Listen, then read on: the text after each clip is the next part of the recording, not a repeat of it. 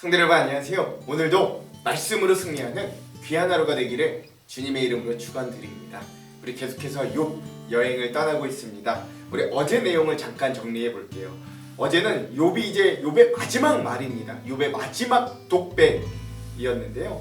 한 장이었지만 또 굉장히 의미가 있었습니다. 그래서 욥이 이 마지막 이 하나님을 마치 재판관으로 두고 자기가 이 마지막 최후 변론대에 선 것 같이 그렇게 이야기하는 장면이었죠. 욥은요 자기의 도덕적인 결백에 대해서 이야기합니다. 한 번도 다른 여인에게 음욕을 품거나 그렇게 대하지 않았고 또 자기의 종들에게도 남종이든 여종이든 공명하게 대했다라고 이야기합니다. 그리고 두 번째, 욥은요 자기가 사회적으로도 이 고아나 과부나 나그네나 종들이나 뭐 객들이나 뭐 이런 자들에게 공일 그들에게 따뜻하게 대했고 그들을 선대했다라고 주장했어요. 그리고 마지막 세 번째로 그는 신앙적으로도 돈을 의지하지 않았고 일월성실을 섬기지 않았고 오직 하나님만 섬겼다라고 이야기합니다. 그래서 이런 나의 변론을 하나님이 들어주시고 나의 결백을 밝혀주시기를 마지막 최후 변론을 하는 것 같이 이야기하면서 이제 더 이상 욥이 자기의 말을 하지 않았다라고 욥기는 끝을 내게 됩니다. 욥기가 끝이 난 건 아니고요. 그렇게 욥의 말이 이제 마무리되게 됩니다. 자, 새 친구들 이제 재앙을 받았고 그리고 그 와중에 새 친구들과 변론을 했고요. 그리고 마지막으로 욥이 하나님께 자기의 과거, 현재 그리고 탄원까지 다 이루어졌습니다. 이제 엄밀히 생각해 보면 이제 하나님을 만나면 될 것 같은데 이 욥기는요 그렇지 않습니다. 이 욥이 마지막 하나님을 만나는 그 직전에 또 무엇인가 누군가 등장을 하게 되는데요. 오늘 그 내용이 펼쳐집니다. 그래서 오늘은 욥기 17번째 시간이고요.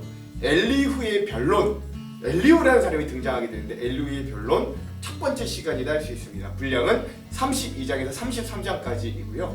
제목을 짓자면 엘리후의 등장과 시작된 그의 변론이라고 하겠습니다. 예. 아니 변론이 끝난 줄 알았더니 또 이 엘리후라는 사람이 또 등장해서 다시 또 이야기를 시작을 하는 거예요. 예. 자, 그럼 또 이 엘리후라는 사람은 도대체 뭐라고 이야기를 하는가 우리가 한번 잘 좀 살펴봤으면 좋겠습니다. 자, 그럼 오늘 이 32장과 33장을 좀 들어가기 전에 두 가지 맥을 한번 살펴볼게요. 먼저 첫 번째, 오늘 새롭게 등장하는 이 엘리후가 왜 분노하고 논쟁하는지 그 이유를 한번 좀 잘 살펴보시기 바랍니다. 두 번째, 엘리후가 새롭게 이야기하는 고난 또는 하나님의 징계의 이유가 있어요. 새 친구들은 똑같이 인과응보, 뭐 권선징악, 그렇죠? 상벌, 징악 뭐 이런 거였잖아요. 그렇죠? 근데 엘리후는 뭔가 새로운 하나님의 징계의 이유를 말합니다. 그게 무엇인지도 한번 잘 살펴보시기 바랍니다. 자, 그러면 오늘 말씀이 32장에서부터 한번 시작해 보겠습니다. 32장은요 이 엘리후의 등장과 자신이 변론하는 이유에 대해서 이야기합니다. 여러분이 엘리후 이 32장을 좀 들어가기 전에 엘리후에 대해서 좀 약간 설명을 하자면 이 엘리후라는 사람의 이름의 뜻은 여호와는 나의 하나님이시다 라는 뜻이라고 합니다. 예. 그리고요 그는 그의 이 말씀들을 다 읽어보고 보건대 그는 처음부터 이 새 친구와 욥이 있었던 이 자리에 함께 있었던 그런 자였던 것 같고요. 나이는 굉장히 젊은 자였던 것 같습니다. 또 하나 유력한 가문에서 많이 배운 굉장히 박식한 청년으로 추정이 됩니다. 그러니까 무시할 수 없는, 나이는 어리지만 결코 무시할 수 없는, 많은 학자들은 이 엘리후가 거의 신학자 대열의 대열로 봐야 한다라고 평가할 정도로 굉장히 뛰어난 사람이었다라는 것들을 아시면 되겠습니다. 자, 그리고 또 이 엘리후를 이 새 친구들과의 논쟁과 하나님을 만나는 그 사이에 배치한 이유가 있어요. 그게 왜냐면 이 시간을 통해서 우리들이 한번 이 새 친구들과의 논쟁, 또 우리가 이 욥기를 읽으면서 떠올랐던 여러 고민들이 있잖아요. 우리는 무엇 때문에 하나님을 섬기고 또 하나님은 정말 선하신가? 그리고 우리의 고난은 도대체 왜 어디서 오는가? 뭐 이런 심각한 질문들에 대해서 한 번 더 숙고해 보라는 거예요. 그래서 이 욥과 세 친구들의 대화를 이 엘리후라는 사람이 아주 일목요연하게 잘 요약을 해주고요. 또 세 친구들이 미처 헤아리지 못했던 새로운 관점도 제시해주는 역할을 이 엘리후가 한다. 이 정도 알고 우리가 가면 되겠습니다. 자, 그럼 32장을 한번 들어가 볼게요. 32장의 처음 시작은요, 이 엘리후가 등장하고 자기를 소개하면서 시작합니다. 욥과 세 친구의 논쟁이 그치게 되자 엘리후가 등장합니다. 이 엘리후는 어떤 사람이냐? 람 족속 부스 사람 바라겔의 아들인 엘리후다라고 합니다. 이 람 족속이 아브라함 족속의 그 계열이라고 합니다. 그래서 이 엘리후라는, 욥도 엄밀히 말하면 이스라엘 사람, 히브리 사람이 아니라 에돔 땅에 있는 그런 사람인데요. 이 엘리후만은 이 족보를 보았을 때 이 엘리후만 유일하게 히브리 사람이다라는 걸 알 수 있고 굉장히 유력한 가문임을 또 암시해 줍니다. 어디의 족속, 어디 사람, 누구의 아들 이렇게 표현되는 건 그 집안이 굉장히 유력하고 그 사람이 굉장히 그 유력한 집안의 자손이다라는 걸 알려주는 표현입니다. 엘리후가요, 그런 엘리후가 욥과 세 친구들 향해 굉장히 분노해요. 노를 바랍니다. 왜냐하면 첫 번째, 욥이 자기가 하나님보다도 의롭다고 주장하였기 때문이고, 두 번째, 또 그 세 친구들은 이 욥을 정죄했을 때 그 욥에게 능히 그 욥을 능가할 만큼 대답을 하지 못했기, 변변치 않은 대답을 하지 못했기 때문에 이 젊은 엘리후의 마음에 분노가 막 일으키기 시작했어요. 엘리후는 나이가 어려서 고대 근동 지방의 관습을 따라 연장자들이 논쟁하는 데는 끼어들 수 없었기 때문에 잠잠히 이들이 하고 있는 말을 듣고 있었으나 이 세 명의 친구가 더 이상 할 말이 없게 되자 마침내 분노를 터뜨립니다. 왜요? 이거 왜 그럽니까? 그 왜 그런지가 이제 그 뒤에 이유에 나옵니다. 엘리후가 자기의 변론의 근거, 내가 꼭 이렇게 말을 해야만 되는 이유에 대해서 이야기하는데 그게 뭐예요? 나는 연소하고 당신들을 연로하였기 때문에 나는 그동안 참고 감히 의견을 말하지 못했습니다. 나는 그동안 오래 살고 경험이 많은 분들이 입을 열어 지혜를 가르쳐야 된다고 생각하고 말했습니다. 그러나 사람의 속에는 영이 있고 전능자께서 사람들에게 총명을 주시기 때문에 반드시 나이가 많은 사람이 지혜롭고 공의로운 것만도 아닙니다. 당신들을 보니까 그런 것 같습니다. 이런 거예요. 그러므로 내가 말을 하려 하니 내 말도 들어주시기 바랍니다. 나도 내 견해를 여러분들에게 말씀드리겠습니다. 라고 하는 거죠. 즉 왜 그런가? 이 엘리후는요, 이 욥이 하나님보다도 자기가 더 의롭다, 내가 결백하다 라고 이야기하고 있기 때문에 마치 하나님이 모욕당하고 있다 라고 생각했기 때문에 마음에서 막 불이 일어나는 겁니다. 그래서 이런 모욕당하고 있는 하나님을 내가 변호해야 되겠다 라면서 이 전쟁에 뛰어들게 된 거죠. 이런 의미에 대해서는 우리가 좀 주안점에서 다시 한번 좀 나눠보도록 할게요. 자, 그리고 난 이후에 변론의 필요성과 자기의 입장, 특별히 욥의 세 친구들이 얼마나 무능했는가에 대해서 이야기합니다. 나는 세 친구들이 당신들의 말을 기다렸고 당신들이 욥에게 적당한 말을 하려고 애쓰는 동안 그 말에 귀를 기울였습니다. 내가 당신들이 하는 말을 자세히 들으니 당신들 가운데 욥이 인정할 수 있도록 답변하는 사람이 근데 한 사람도 없었습니다. 당신들이 욥을 굴복시키지 못했다고 해서 욥을 이길 자가 하나님밖에 없다고 생각하지는 마십시오. 왜냐하면 내가 욥을 이길 수 있기 때문에 그런 거예요. 그렇죠? 그러나 내 방법은 당신들과는 다릅니다. 욥이 나를 공격하지 않았으니 나도 욥을 공격하면서 이야기하지는 않을 겁니다. 라고 이야기합니다. 자, 그리고 그 다음에 이제 말을 이어서 욥에게 내가 대답해야 되는 이유에 대해서 이야기하는데 그 이유를 어디서 찾냐? 성령이 내 마음 안에 나의 말을 재촉하신다라는 이유를 대는 거예요. 자, 이런 엘리후가 말을 하자 세 친구들이 놀라서 대답을 못하는 거예요. 더 이상 할 말도 없었습니다. 이 세 친구들이. 그들이 말없이 가만히 서서 다시 대답을 하지 못하니까 이제는 내가 어찌 더 기다릴 수 있겠습니까? 라고 엘리후가 더 말을 시작하는 거죠. 나도 내 본분을 따라 욥의 말에 대답하고 나도 내 뜻을 보이겠습니다. 이는 내 입의 말이 가득하여서 내 심령이 말하기를 재촉하고 있기 때문에 그렇습니다. 내 안에 지금 할 말이 많다라는 거예요. 이로 인해 내 가슴은 봉한 포도주와 발효되어 터지게 된 새 가죽 부대와 같이 할 말로 가득 찼습니다. 예, 얼마나 내가 지금 욥에게 할 말이 많은가를 이렇게 이야기하고 있죠. 그러므로 내가 말을 해야 시원할 것입니다. 나도 내 입을 열어 대답할 것입니다. 나는 결코 사람의 낯을 보지 않고, 난 사람에 따라 말을 다르게 하지 않고 사람에게 아첨하지 않으니, 난 사람에게 아첨하지 않으니, 이는 내가 아첨할 줄 몰라서가 아니라 내가 사람에게 아첨하면 나를 만드신 하나님께서 나를 속히 취하실 것, 즉 나를 죽이거나 징벌하실 것 나는 알기 때문입니다 라고 엘리후가 이야기하는 거예요. 즉 엘리후가 등장해서 왜 내가 여기에 참전하는지, 왜 내가 여기에 논쟁을 계속 이어서 하는지에 대해서 이야기를 하는 장면이 32장의 말씀이었습니다. 자, 이어서요 엘리후가 드디어 자기의 주장 1차 변론을 시작하는 게 33장입니다. 자, 33장을 보면요, 이 엘리후는 제일 먼저 욥이 자기가 결백하다고 강력히 주장했던 것들을 책망합니다. 뭐라 그러냐면, 그런즉 욥이여, 내 말을 듣고 내가 하는 모든 말에 귀를 기울이십시오. 내가 입을 여니 내 혀가 내 입에서 저절로 말을 합니다 라고 얘기합니다. 내 말이 내 마음의 정직함을 나타내고 내 입술이 아는 바를 정직하게 말하겠습니다. 내 속에 있는 걸 꾸밈없이 다 쏟아내겠습니다 라고 이야기하는 거죠. 하나님의 신이 나를 지으셨고 전능자의 기운이 나를 살리셨습니다 라고 이야기하는 거예요.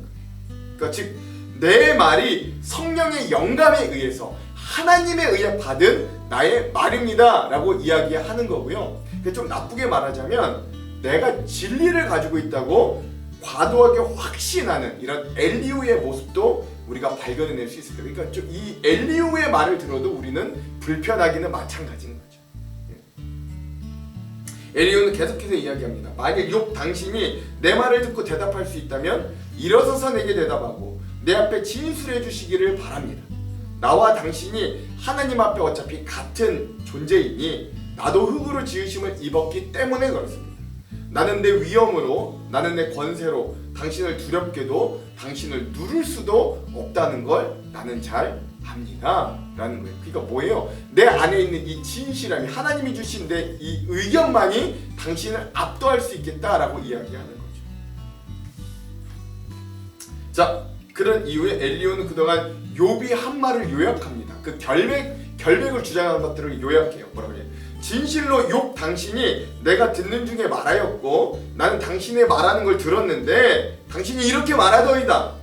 나는 깨끗하여 죄가 없고 허물이 없고 불의도 없으나 하나님께서 나를 치실 틈을 찾았고 나를 적으로 간주하시고 내 발을 착고에 채우며 내 모든 길을 감시하시는구나 라고 이야기하는 걸 난 들었습니다 라는 거예요. 그러니까 요약하자면 뭐예요? 이 욥에게는 아무런 죄가 없는데 하나님이 불의하게, 마치 불의한 하나님이 돼서 아무런 죄도 없는 욥을 막 징계하셨다 라고 엘리후가 이야기하는 거예요. 자, 욥 당신이 그렇게 이야기했는데 이제 내가 당신에게 대답합니다. 이 말에 대해 당신은 의롭지 못합니다. 즉 당신이 과도하게 결백을 주장했기 때문에 당신은 의롭지 못합니다 라고 이야기하는 거예요. 왜냐하면 하나님은 사람보다 크시기 때문에, 하나님은 모든 것을 다스리시는 주권자이시기 때문에 자신이 하는 일을 사람에게 고할 필요는 없지 않습니까? 라는 거예요. 근데 당신은 어찌하여 하나님께서 하시는 일에 대하여 불평하고 하나님과 변론하려 하시는 겁니까? 라고 이야기하는 거죠. 즉 이게 뭐예요?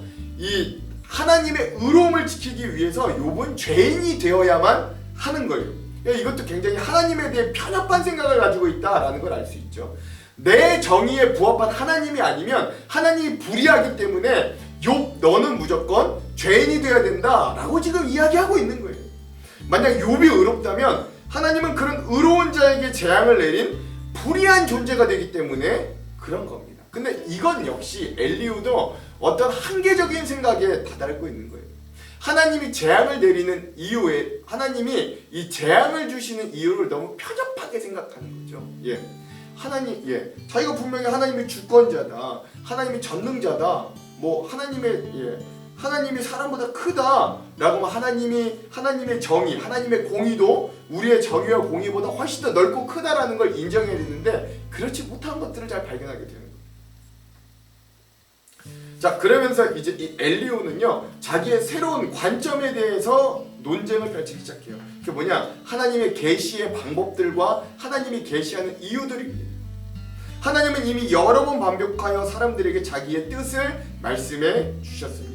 그런데 사람들이 그런 하나님의 뜻을 알지 못하는 건 이미 가르쳐 주신 하나님의 가르침을 자기와 관계없는 것들로 생각하기 때문입니다. 하나님은 사람이 침상에서 졸며 깊이 잠을 잘 때나 꿈을 통해 환상 중에서 사람의 귀를 여시고 인을 치듯이 분명하게 사람들에게 자기의 뜻을 가르쳐 주십니다. 하나님은 자기의 뜻을 사람들에게 가르쳐 주시는 이유는 사람들이 자기의 꾀를 버리고 교만하지 않도록 하기 위한 것이 첫 번째고, 두 번째, 하나님께서 사람들에게 계시를 주시는 이유는 사람의 영혼이 죄악과 파멸의 구덩이에 빠지지 않게 하고 그 생명이 칼에 망하지 않도록, 즉 재앙을 당하지 않도록 구원하시기 위함입니다 라고 이야기하는 거죠. 즉 하나님이 계시를 여러 방법을 통해 꿈과 환상과 또 여러 가지를 통해 하나님이 계속해서 자기의 뜻을 사람들에게 알려주시는데 왜 그런다고요? 사람들이 교만하지 않기 위해서, 하나님의 뜻을 알고 교만하지 않기 위해서, 둘째, 그들이 멸망의 길을 가지 않고 그 계시를 받아 구원을 얻게 하기 위해서, 죄의 길을 가지 않아 구원 얻게 하기 위한 계시를 주신다라는 거예요. 그런데 이제 말을 계속 이어가면서 논조가 어떻게 바뀌냐면 그 계시 중에 하나가 바로 징계다라고 하는 거예요. 왜? 욥을 고쳐주시기 위해서, 죄인인 욥을 고쳐주시기 위해서. 때로 하나님께서 사람을 질병으로 징계할 수 있습니다. 이런 경우에 징계받은 사람은 병상에 누워 뼈가 쑤시고 식욕을 잃고 음식과 별미를 먹지 못하고 그의 피부는 말라버리고 뼈만 앙상하게 드러나서 죽음의 문턱까지도 갈 수 있습니다. 그러나 이런 경우에는 일천 천사 가운데 하나가 그 병자의 조력자가 되어 중보자가 되어 그 병자와 동행하며 그를 회개하게 만들고 옳은 길로 인도해 줄 겁니다. 그러니까 이 질병을 통해, 이 징계를 통해 하나님이 깨닫게 하신다라는 거예요. 그러면 하나님께서는 그 사람을 긍휼히 여기시고 그를 구덩이 죽음에 빠지지 않게 하실 거예요. 왜냐하면 하나님께서 그를 통하여 이미 이 징계를 통해 대속물을 받으셨다 여기기 때문입니다 라는 겁니다.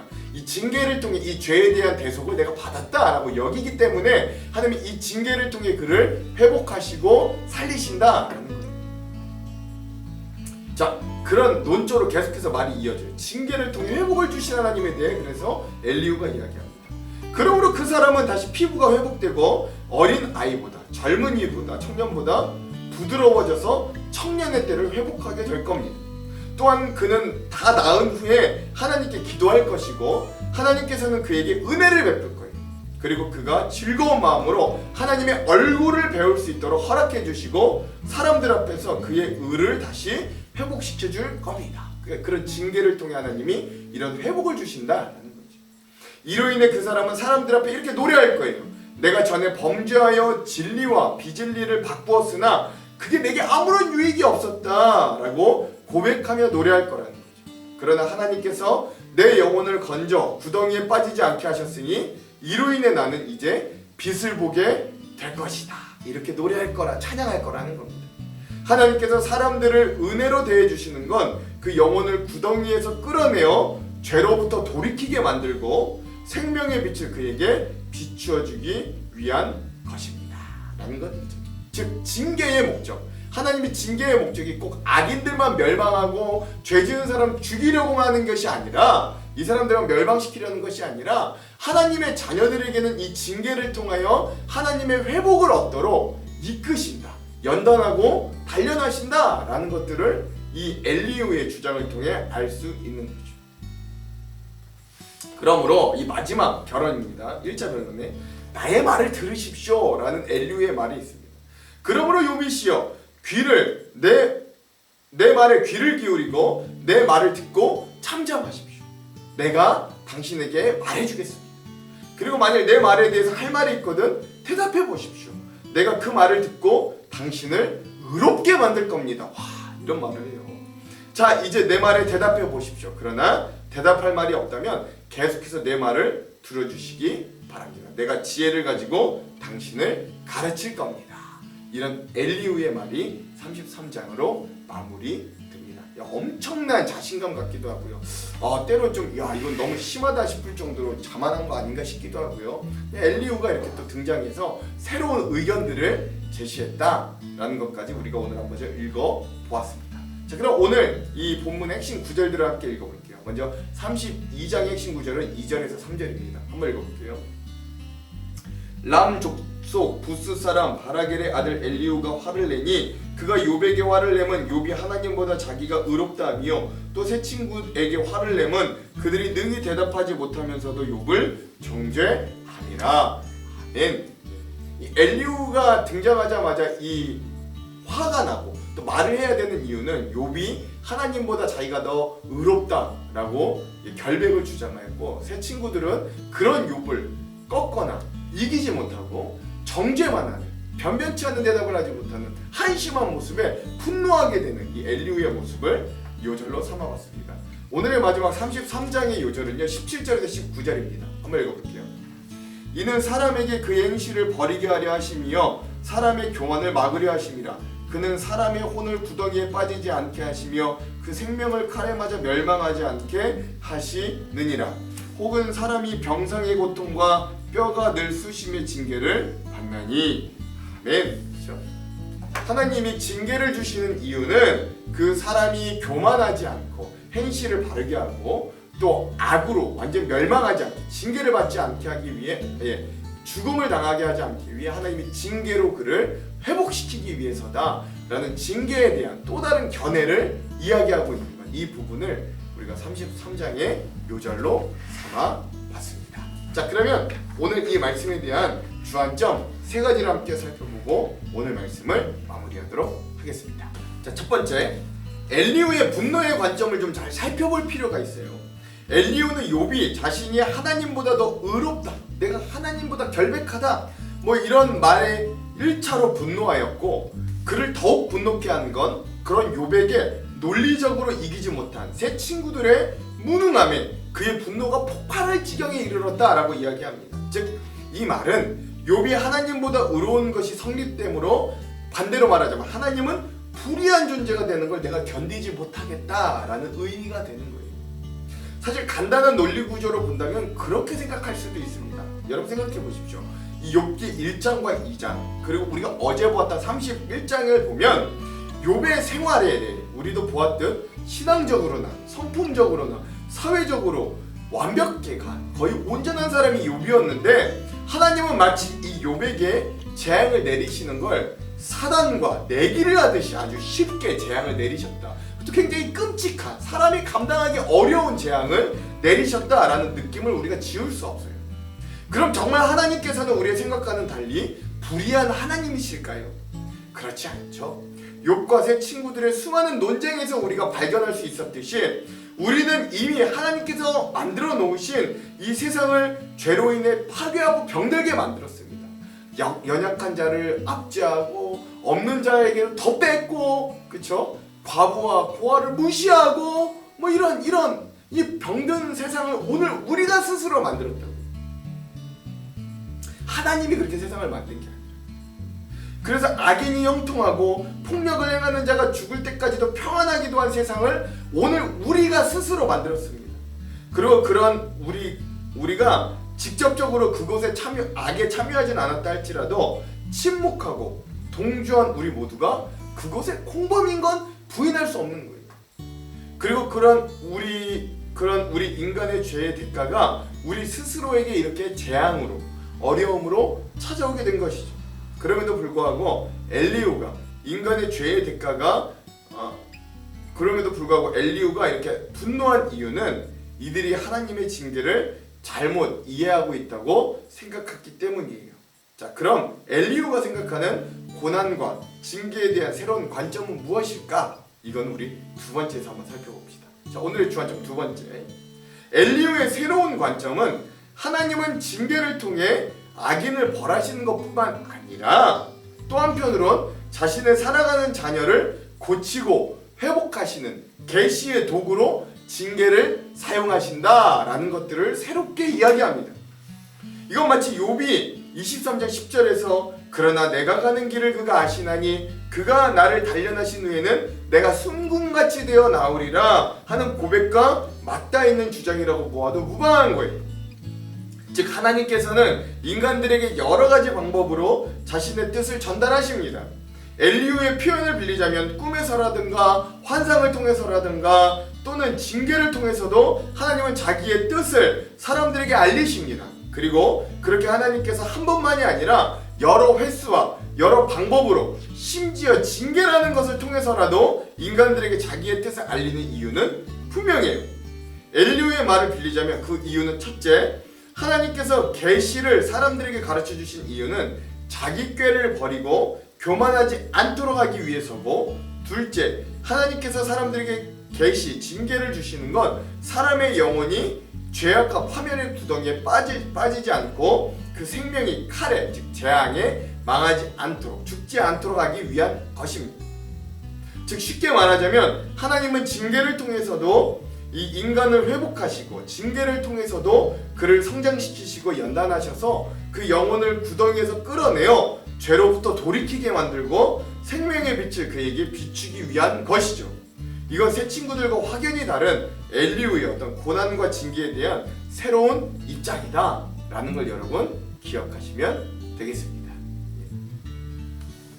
여러분 우리는 이제 이런 설교들을 하도 많이 들어서 우리에게 굉장히 익숙한 이 고난에 대한 생각들이지만 이 몇천 년 전 이 유대인 사회, 이 몇천 년 이 고대인들, 이 팔레스타인 사람들에게 이러한 논점은 굉장히 파격적이고 신선한 의견이었던 거예요. 왜냐하면 일반적으로는 다 권선징악, 즉 하나님께서 선한 사람에게는 상을 주시고 악을 저지른 사람에게는 멸망을 시키신다 라는 생각에 팽배했던 이때 이런 생각은 굉장히 획기적이었다라는 걸 또 좀 같이 인식하시면서 가면 좋습니다. 자, 마지막 세 번째, 그럼에도 불구하고 오늘 우리는 이 말씀을 읽으면서도 여전히 어딘가 마음 한편이 불편합니다. 이 엘리후의 태도를 보면서 그게 바로 엘리후의 태도에 대한 문제인데요.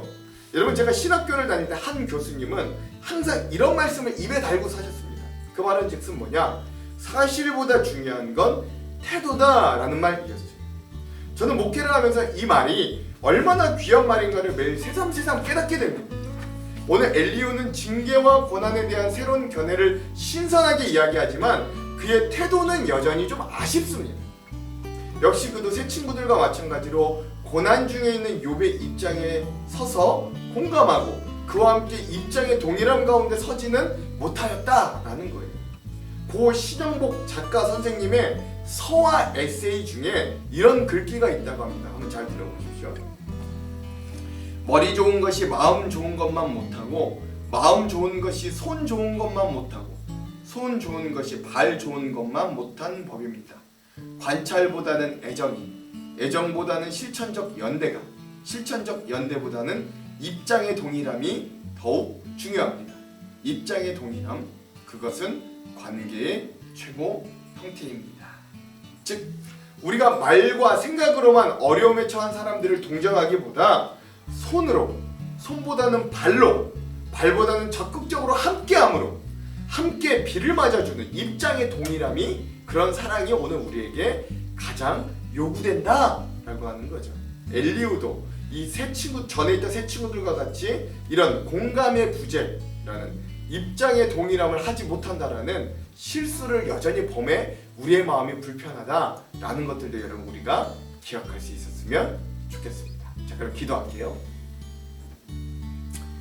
하나님, 오늘 이 엘리후의 새로운 등장을 통하여 오늘 이 징계를 통해 우리의 삶에 때론 계시하시고 말씀하시는 하나님의 의미와 목적에 대해서 다시 한번 생각해 봅니다.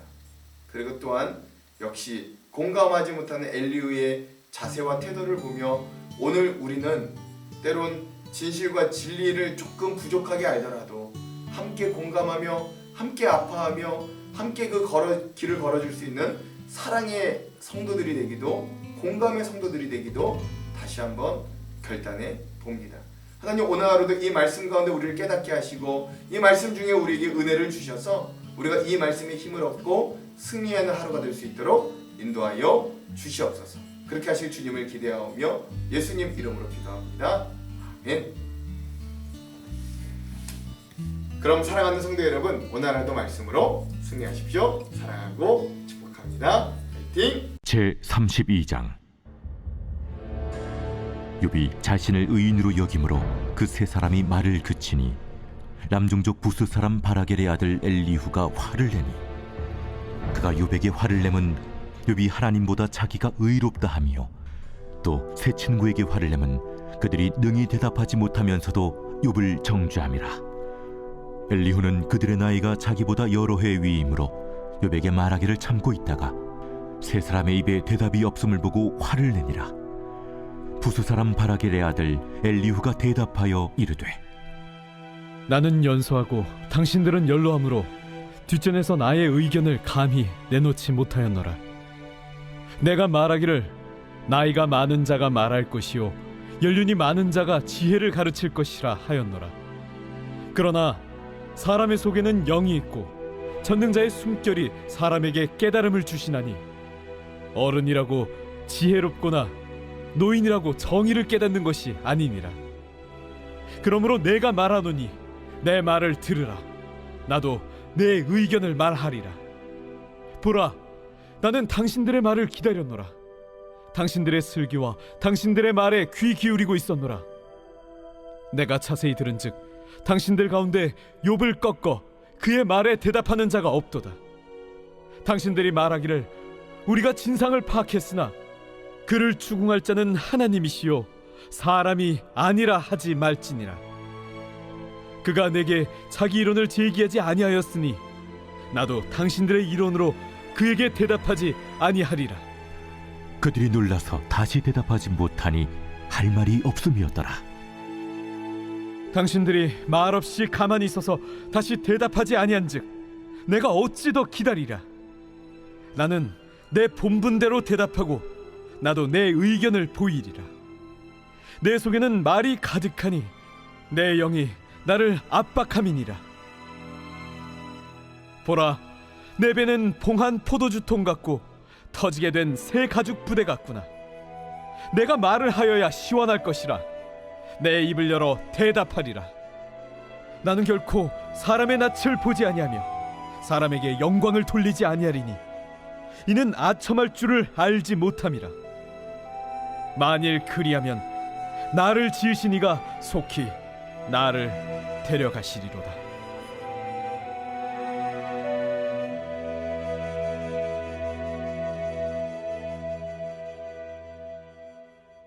제33장. 그런즉 욥이여, 내 말을 들으며 내 모든 말에 귀를 기울이기를 원하노라. 내가 입을 여니 내 혀가 입에서 말하는구나. 내 마음의 정직함이 곧 내 말이며 내 입술이 아는 바가 진실을 말하느니라. 하나님의 영이 나를 지으셨고 전능자의 기운이 나를 살리시느니라. 그대가 할 수 있거든 일어서서 내게 대답하고 내 앞에 진술하라. 나와 그대가 하나님 앞에서 동일하니 나도 흙으로 지으심을 입었은즉 내 위엄으로는 그대를 두렵게 하지 못하고 내 손으로는 그대를 누르지 못하느니라. 그대는 실로 내가 듣는 데서 말하였고 나는 그대의 말소리를 들었느니라. 이르기를 나는 깨끗하여 악인이 아니며 순전하고 불의도 없거늘 참으로 하나님이 나에게서 잘못을 찾으시며 나를 자기의 원수로 여기사 내 발을 착고에 채우시고 나의 모든 길을 감시하신다 하였느니라. 내가 그대에게 대답하리라. 이 말에 그대가 의롭지 못하니 하나님은 사람보다 크심이니라. 하나님께서 사람의 말에 대답하지 않으신다여 어찌 하나님과 논쟁하겠느냐. 하나님은 한 번 말씀하시고 다시 말씀하시되 사람은 관심이 없도다. 사람이 침상에서 졸며 깊이 잠들 때에나 꿈에나 밤에 환상을 볼 때에 그가 사람의 귀를 여시고 경고로써 두렵게 하시니 이는 사람에게 그의 행실을 버리게 하려 하심이며 사람의 교만을 막으려 하심이라. 그는 사람의 혼을 구덩이에 빠지지 않게 하시며 그 생명을 칼에 맞아 멸망하지 않게 하시느니라. 혹은 사람이 병성의 고통과 뼈가 늘 쑤심의 징계를 받나니 그의 생명은 음식을 싫어하고 그의 마음은 별미를 싫어하며 그의 살은 파리하여 보이지 아니하고 보이지 않던 뼈가 드러나서 그의 마음은 구덩이에 그의 생명은 멸하는 자에게 가까워지느니라. 만일 일천 천사 가운데 하나가 그 사람의 중보자로 함께 있어서 그의 정당함을 보일진대 하나님이 그 사람을 불쌍히 여기사 그를 건져서 구덩이에 내려가지 않게 하라. 내가 대속물을 얻었다 하시리라. 그런즉 그의 살이 청년보다 부드러워지며 젊음을 회복하리라. 그는 하나님께 기도함으로 하나님이 은혜를 베푸사 그로 말미암아 기뻐 외치며 하나님의 얼굴을 보게 하시고 사람에게 그의 공의를 회복시키시느니라. 그가 사람 앞에서 노래하여 이르기를 내가 범죄하여 옳은 것을 그르쳤으나 내게 무익하였구나. 하나님이 내 영혼을 건지사 구덩이에 내려가지 않게 하셨으니 내 생명이 빛을 보겠구나 하리라. 실로 하나님이 사람에게 이 모든 일을 제삼 행하심은 그들의 영혼을 구덩이에서 이끌어 생명의 빛을 그들에게 비추려 하심이니라. 욥이여, 내 말을 귀담아 들으라. 잠잠하라, 내가 말하리라. 만일 할 말이 있거든 대답하라. 내가 기쁜 마음으로 그대를 의롭다 하리니 그대는 말하라. 만일 없으면 내 말을 들으라. 잠잠하라, 내가 지혜로 그대를 가르치리라.